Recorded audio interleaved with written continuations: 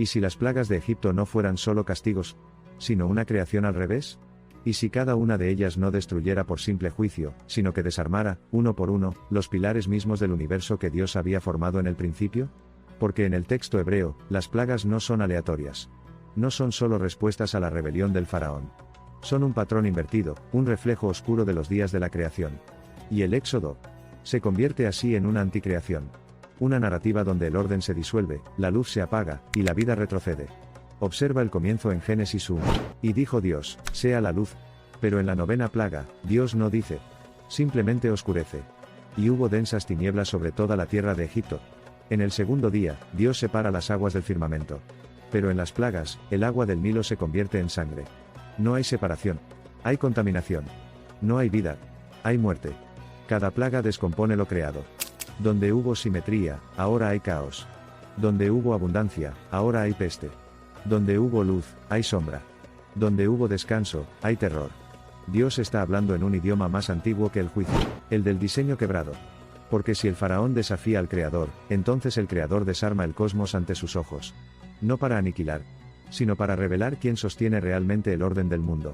Y es en esa desconstrucción divina donde todo se vuelve más inquietante. Dios no ataca el caos con caos.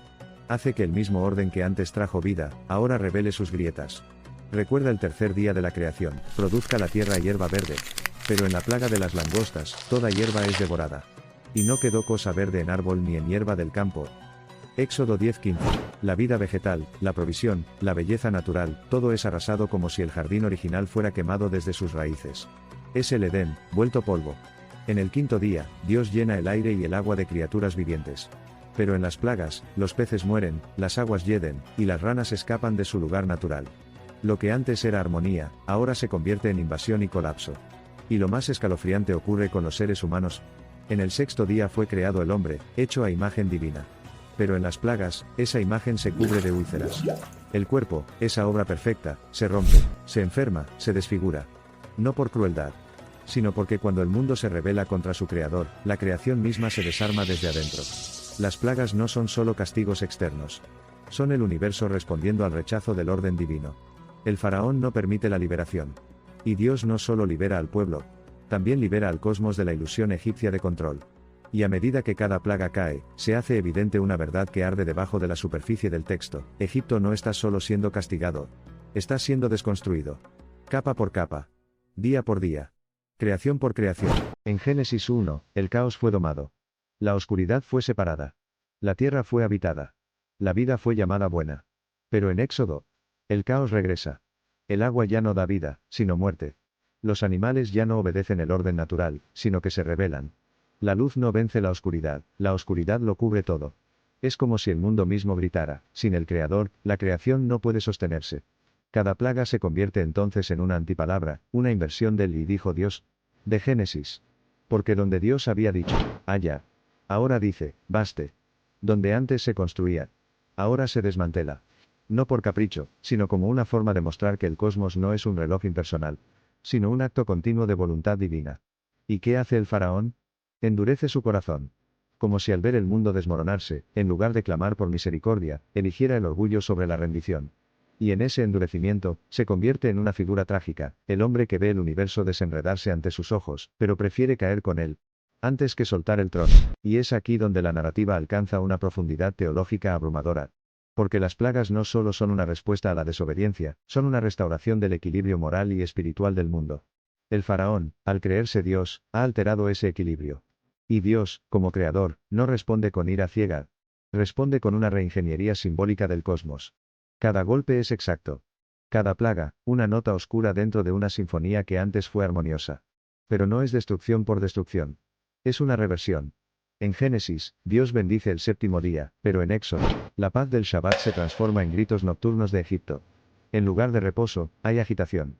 En lugar de bendición, hay lamento. Y sin embargo, en medio de esa devastación, hay una casa que se ilumina. Una familia que se prepara. Un pueblo que escucha instrucciones. Israel. Porque mientras Egipto regresa al caos, Israel se prepara para un nuevo Génesis. Dios deshace, para volver a hacer. Descompone, para liberar. Lo que para unos es fin, para otros es principio. Y así, la misma acción divina que colapsa al imperio, levanta a los oprimidos. La misma voz que quiebra al faraón, reconstruye la identidad de un pueblo. Y entonces se revela el corazón más profundo del relato. Las plagas son el juicio sobre un falso creador. El faraón no es solo un tirano. Es la encarnación de un sistema que se atribuye la creación misma. En la ideología egipcia, el faraón mantiene el Ma'at, el orden cósmico. Pero cuando se enfrenta al Dios de Israel, queda claro, no crea, no sostiene, no gobierna. El creador verdadero demuestra su autoridad, no solo liberando esclavos, sino desenmascarando imitadores. ¿Te das cuenta del giro? Dios no está reaccionando con violencia. Está deshaciendo las mentiras que sostienen la opresión. Y lo hace con precisión quirúrgica. La sangre revela la muerte bajo la fachada del Nilo fértil, las ranas interrumpen los rituales de pureza, la oscuridad despoja al dios Sol de su trono. Es una cirugía teológica. Y cada plaga es una incisión. Un corte donde el tejido falso del poder egipcio se abre, y la verdad queda expuesta. Y mientras el mundo de Egipto colapsa, la historia comienza a girar. Porque el juicio no es el final, es la transición. Es el cruce desde el falso orden hacia la verdadera creación. Y aunque las aguas están teñidas de sangre, una nueva Génesis se está preparando al otro lado del mar. Y así llegamos a uno de los paralelismos más poderosos entre Génesis y Éxodo. En Génesis 1, el Espíritu de Dios se movía sobre la faz de las aguas, trayendo orden, separación, y luz. En Éxodo, las aguas del Nilo, símbolo de fertilidad y divinidad egipcia, se corrompen. Se tiñen de sangre. Y no hay vida. Hay muerte. El primer día de la creación queda invertido. No hay luz. Solo tinieblas. No hay vida. Solo juicio. Pero eso no es todo. Hay algo aún más impresionante. En Génesis, el Creador separa cielo de tierra, luz de oscuridad, agua de agua. En Éxodo, cada separación es rota. Los elementos se mezclan, las criaturas invaden, el cielo deja caer fuego, la frontera entre lo natural y lo sobrenatural se desintegra. Es como si el universo entero gritara, nada tiene sentido si se desconecta del Creador. Y en medio de ese caos creciente, hay una paradoja que el texto hebreo insinúa con maestría. El mismo Dios que una vez creó el mundo con su palabra, ahora lo desarma con su silencio. Porque en las plagas, Dios no siempre explica. No siempre habla. Solo actúa. Y sus acciones predican más que 1000 sermones. A cada dios de Egipto, una respuesta. A cada mentira, una luz. A cada falso creador, una muestra de que solo Ibe es Señor del cielo, la tierra, y todo lo que en ellos hay. Y entonces, en la plaga más simbólica de todas, la oscuridad cae. 3 días de tinieblas densas. Una sombra que no es solo ausencia de luz, sino inversión de la creación. Porque en Génesis, la primera palabra que Dios pronuncia es, haya luz. Pero en Egipto, la luz se retira. El orden se repliega, el primer acto de la creación. Es deshecho. Ninguno se levantó de su lugar durante 3 días. Éxodo 10:23, ¿lo ves? No es solo castigo. Es como si el mundo volviera a su estado primordial, previo a la creación, sin forma, sin orden, sin vida. Un caos tangible. Una oscuridad que puede tocarse. Y mientras tanto, en las casas de los hebreos, había luz. Esa línea, tan breve, tan intencionada, lo dice todo. Egipto y sus dioses están ciegos. Pero Israel camina en una luz que no viene del sol. Una luz que anticipa un nuevo día, un nuevo orden, una nueva creación, porque la oscuridad siempre precede al nacimiento. Y lo que está a punto de nacer es una nación, un pueblo, un nuevo cosmos espiritual. El faraón no lo entiende, pero el texto lo proclama. Dios no está destruyendo el mundo, está despertándolo. Y ahora, en la cúspide del juicio, llega la plaga final, la muerte del primogénito. Y con ella, la creación no solo se deshace, sino que se reinicia a través de la sangre. En Génesis, la humanidad fue el clímax de la creación, hagamos al hombre a nuestra imagen. Pero ahora, en Éxodo, el hombre, el primogénito, es alcanzado por la justicia divina. No porque Dios desprecie la vida, sino porque el poder que se opone a la libertad ha llevado al mundo al borde de la autodestrucción. Y aún así, en el umbral de la oscuridad más espesa, Dios introduce la posibilidad de redención. Un cordero. Inocente. Sin defecto. Su sangre. No como violencia, sino como marco de salvación. Mientras Egipto llora, Israel come con los lomos ceñidos, los pies calzados, y el bastón en la mano. Preparados para el nuevo Génesis. Porque esa noche, el mundo viejo muere. Y el mundo nuevo comienza a latir. Y como en la primera creación, todo empieza con una palabra. Pero esta vez, no es hágase la luz. Es, salgan. Una palabra que rompe cadenas, divide aguas, y planta semillas de eternidad en el corazón de los liberados. Y esa salida, ese cruce de medianoche, no es solo un evento histórico. Es el clímax simbólico del deshacer y rehacer de la creación.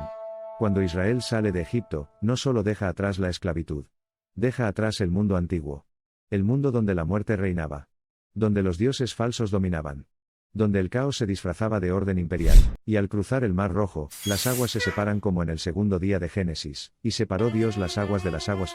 Pero esta vez, no es para crear cielo y mar. Es para crear un camino en medio del abismo. Un nuevo orden en medio del caos.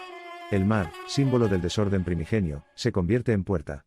Y los esclavos se convierten en nueva humanidad. Es una recreación, no solo de un pueblo, sino del propósito original. Porque ahora, la imagen de Dios no está en un solo hombre en un jardín, sino en una multitud caminando hacia el pacto, hacia la alianza, hacia la tierra donde el Creador quiere habitar. La creación ha sido rehecha. Pero no como antes. Ahora lleva cicatrices, memoria, redención. Un nuevo Génesis. Grabado no en piedra, sino en la historia viviente de los rescatados. Y así, al final de este viaje, que en realidad es un regreso al principio, la historia revela su propósito oculto. Las plagas no fueron un colapso del mundo, sino el preludio de un nuevo universo. El Dios que creó el cosmos con sabiduría, lo deshace con precisión. No para abandonarlo, sino para reconstruirlo con verdad. Egipto, con todo su esplendor, se desmorona. Pero Israel, con todo su quebranto, se levanta. Porque en el relato bíblico, la verdadera creación no es solo la que emerge de la nada, sino la que resurge del juicio, se forma en el desierto, y se alinea con la voluntad divina. Ahora, Israel no es solo un pueblo. Es el Adán colectivo. Un nuevo portador de imagen divina. Un testigo viviente de que el Creador no teme al caos, porque puede rehacerlo todo desde cero. Y tú, que escuchas esta historia, no estás fuera de ella. Porque cada vez que el orden de tu vida se rompe, cada vez que el mundo parece deshacerse a tu alrededor, cada vez que todo se oscurece, puede ser que el Creador esté preparando una nueva creación. Y como en aquel primer día, como en esa noche en Egipto, como al borde del Mar Rojo, todo puede comenzar otra vez, si puedes escuchar su voz decir, hágase la luz.